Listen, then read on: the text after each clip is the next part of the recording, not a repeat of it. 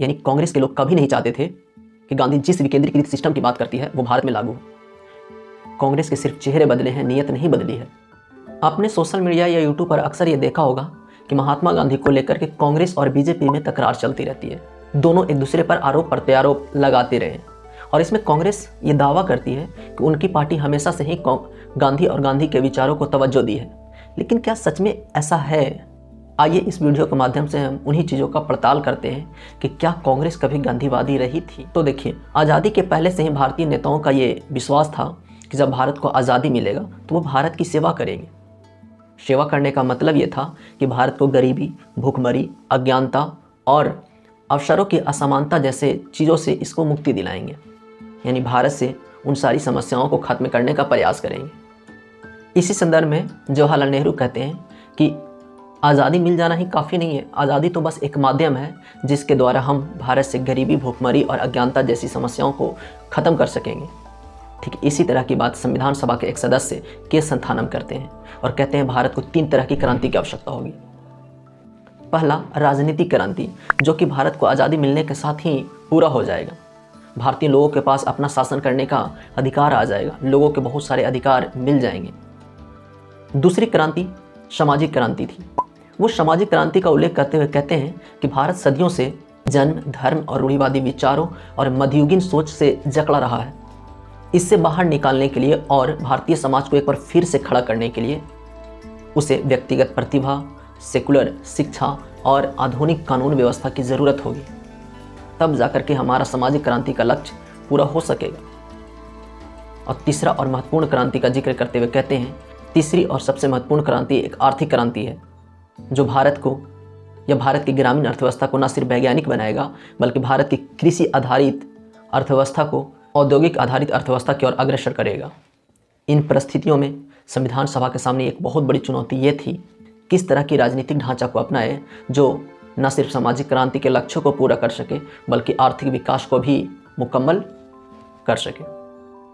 चूँकि संविधान सभा की सबसे बड़ी पार्टी कांग्रेस पार्टी थी, सबसे अधिक सदस्य कांग्रेस के थे, तो ऐसे में कांग्रेस को ये तय करना था कि हम आगामी वर्षों में यानी हम भारत के भविष्य के लिए किस तरह की राजनीतिक संस्थाओं को अपनाएं ताकि भारतीय स्वतंत्रता आंदोलन के नेताओं ने जो सपना देखा था उस सपने को पूरा किया जा सके।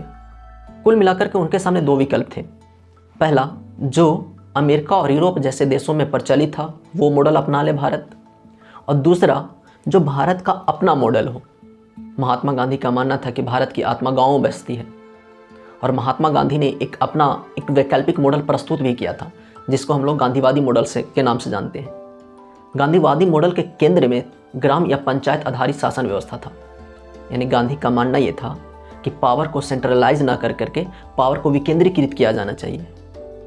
यानी शासन करने की जो शक्ति है वो गांव और पंचायत आधारित होनी चाहिए। गांधीवादी मॉडल की खास विशेषता ये थी, या फिर गांधी इस बात की हमेशा से वकालत करते आए हैं कि भारत की शासन व्यवस्था के केंद्र में गाँव और पंचायत होना चाहिए। गांधीवादी मॉडल में राज्य या पुलिस प्रशासन या फिर प्रधानमंत्री जैसे पद की कोई आवश्यकता नहीं होगी, क्योंकि लोग कर्तव्यनिष्ठ होंगे, लोग नैतिक होंगे, उनके आचरण पवित्र होगा। ऐसे में पुलिस जैसी संस्थाओं की कोई आवश्यकता नहीं होगी। वो स्टेटलेस और क्लासलेस सोसाइटी की बात करते हैं जिसमें कोई हायरार्की नहीं होगी, सभी लोग समान होंगे, अब वे अपने अपने कार्य कर रहे होंगे। इस तरह की बात करते हैं महात्मा गांधी। महात्मा गांधी का ये भी मानना था कि जो बड़े बड़े इंडस्ट्री हैं, बड़े बड़े उद्योग धंधे हैं, वे लोगों को बेरोजगार बना देते हैं। अतः महात्मा गांधी इस बात की वकालत करते हैं कि भारत में या भारतीय सरकार को छोटे और लघु उद्योगों पर ज़्यादा जोर दिया जाना चाहिए ताकि वे अपनी ज़रूरत या अपनी आवश्यकता की चीज़ों को घर पे ही बना सके। लेकिन जब भारत में राजनीतिक मॉडल को अपनाने की बात हो रही थी, मतलब शुरुआती समय में गांधीवादी मॉडल स्पष्ट नहीं था कि गांधीवादी मॉडल एक्चुअली है क्या। लेकिन महात्मा गांधी 1946 में और फिर 1948 में 2 तरह के प्रस्ताव पेश करते हैं और उन प्रस्तावों में वो स्पष्ट करते हैं कि हम इस तरह की शासन व्यवस्था चाहते हैं। यानी गांधी जिस तरह की शासन व्यवस्था भारत में लाना चाहते थे, भारत में स्थापित करना चाहते थे, उसको लेकर के उन्होंने 2 तरह के प्रस्ताव पेश किए थे, एक 1946 में और एक 1948 में। दुर्भाग्य भारत का ये रहा कि जिस तारीख को 1948 में महात्मा गांधी ने अपनी दूसरी प्रस्ताव प्रस्तुत करी थी संविधान के सभा के सामने, उसी दिन उनकी गोली मार करके हत्या कर दी गई। ऐसे में गांधी की मृत्यु के बाद जो बड़े कांग्रेसी नेता थे, संविधान सभा के जो बड़े नेता थे, वो गांधीवादी प्रस्तावों पर ध्यान नहीं देते हैं या उसको किनारा लगा देते हैं। इस तरह से एक बात स्पष्ट होता है कि भारत अब अमेरिकी यूरोपीय मॉडल को ही अपनाने वाला है। इतना ही नहीं, एक गांधीवादी नेता श्री नारायण अग्रवाल ने जब गांधीवादी संविधान प्रस्तुत किया तो उसे भी अस्वीकार कर दिया गया। यानी कांग्रेस के लोग कभी नहीं चाहते थे कि गांधी जिस विकेंद्रीकृत सिस्टम की बात करती है वो भारत में लागू हो। महात्मा गांधी इस बात पर जोर दिए कि भाई आज़ादी के बाद कांग्रेस को डिसॉल्व कर दिया जाना चाहिए, कांग्रेस पार्टी की कोई ज़रूरत ही नहीं रह जाएगी। लेकिन ग्रेनविल ऑस्टिन लिखते हैं कि कांग्रेस के नेताओं ने, जो कि थोड़े स्वार्थी हो चुके थे, जो अपने पास शक्ति को बनाए रखना चाहते थे, वे कभी नहीं चाहते थे कि भारत में शासन का विकेंद्रीकरण हो।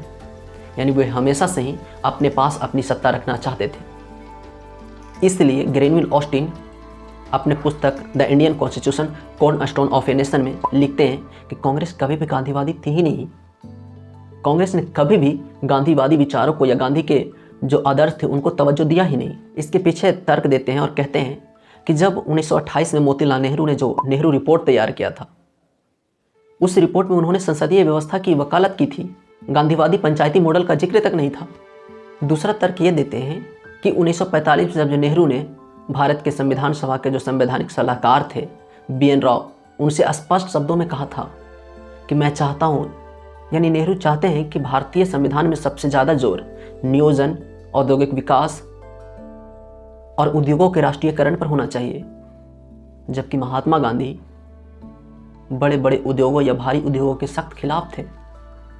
जबकि कहा यह जाता है कि खुद महात्मा गांधी ने नेहरू को अपना उत्तराधिकारी के रूप में चुना, जबकि नेहरू ने खुद महात्मा गांधी के विचारों पर कोई ध्यान नहीं दिया। इतना ही नहीं, जब नेहरू ने 13 दिसंबर 1946 को संविधान सभा के सामने जब उद्देश्य प्रस्ताव लाया, जिसको आज हम लोग प्रस्तावना के रूप में देखते हैं, उसमें भी खुद नेहरू ने पंचायती सरकार का जिक्र तक नहीं किया, शासन के विकेंद्रीकरण पर ज़्यादा नहीं कुछ बोला। यानी खुद नेहरू भी नहीं चाहते थे कि गांधीवादी विचार भारत में लागू हो। तो आज जो कांग्रेस ये ढोंग रचती है या गांधी के विचारों को लेकर के बहुत बड़ी संजीदा है, वो सिर्फ कहने के लिए है। अगर पावर छोड़ने की बात आ जाए, सत्ता छोड़ने की बात आ जाए, पावर का विकेंद्रीकरण करने की बात आ जाए, तो आज भी कांग्रेस वही है जो कल थी। कांग्रेस के सिर्फ चेहरे बदले हैं, नीयत नहीं बदली है। क्या इसका मतलब ये हुआ कि संविधान सभा ने महात्मा गांधी के विचारों को एकदम से दरकिनार कर दिया? तो जी नहीं, ऐसा नहीं किया। कुछ विश्लेषक ये कहते हैं कि महात्मा गांधी को श्रद्धांजलि देने के लिए उनके विचारों को DPSP में जगह दी गई है। यानी सरकार गांधी के विचारों पर अमल करेगी, लेकिन फिलहाल अमल करने का कोई मंशा नहीं है। कुल मिलाकर यह कहा जा सकता है कि कांग्रेस पार्टी अपनी सत्ता बचाने के लिए, कांग्रेसी नेता पावर अपने पास रखने के लिए, अपनी कुर्सी बचाने के लिए गांधी के विचारों को उतने तवज्जो नहीं दिया। हालांकि कुछ लेखक ये भी लिखते हैं कि भारत की सिचुएशन या भारत की परिस्थितियां वैसी नहीं थी कि भारत में विकेंद्रीकरण को या गांधी के विचारों को लागू किया जा सके, क्योंकि उनका कहना यह है कि गांधी जिस स्टेटलेस या क्लासलेस सोसाइटी की बात करते हैं वो असंभव ही नहीं है। गांधी जिस हाइपोथेसिस को लेकर के चलते थे कि व्यक्ति बहुत नैतिक होंगे, कर्तव्यनिष्ठ होंगे, वो अपने कर्तव्यों का पालन अच्छे ढंग से करेंगे, उनका जीवन पवित्र होगा, यानी महात्मा गांधी मानव के नेचर को लेकर के कहीं ना कहीं ज़्यादा आदर्शपूर्ण थे। उनकी सोच, उनकी रवैया कहीं ना कहीं बहुत आइडियल थी, बहुत यूटोपियन थी, जिसको वास्तविक रूप में लागू करना संभव नहीं था। अतः संविधान सभा ने अगर गांधी के विचारों को तवज्जो ना दी तो उसके पीछे खुद गांधीवादी विचार का अनरियलिस्टिक होना, यूटोपियन होना, या फिर कह सकते हैं कि अस्पष्ट होना ही था। हालांकि महात्मा गांधी के विचारों को या गांधीवादी विचारों को DPSP में जगह दे करके भविष्य के लिए मार्ग खोल दिया। नतीजा ये हुआ कि 73वें और 74वें संविधान संशोधन के द्वारा उनके विचारों को ज़मीनी हकीकत से जोड़ा गया। महात्मा गांधी या गांधीवादी विचारों को लेकर के आप क्या सोचते हैं, हमारे कमेंट बॉक्स में आप बता सकते हैं।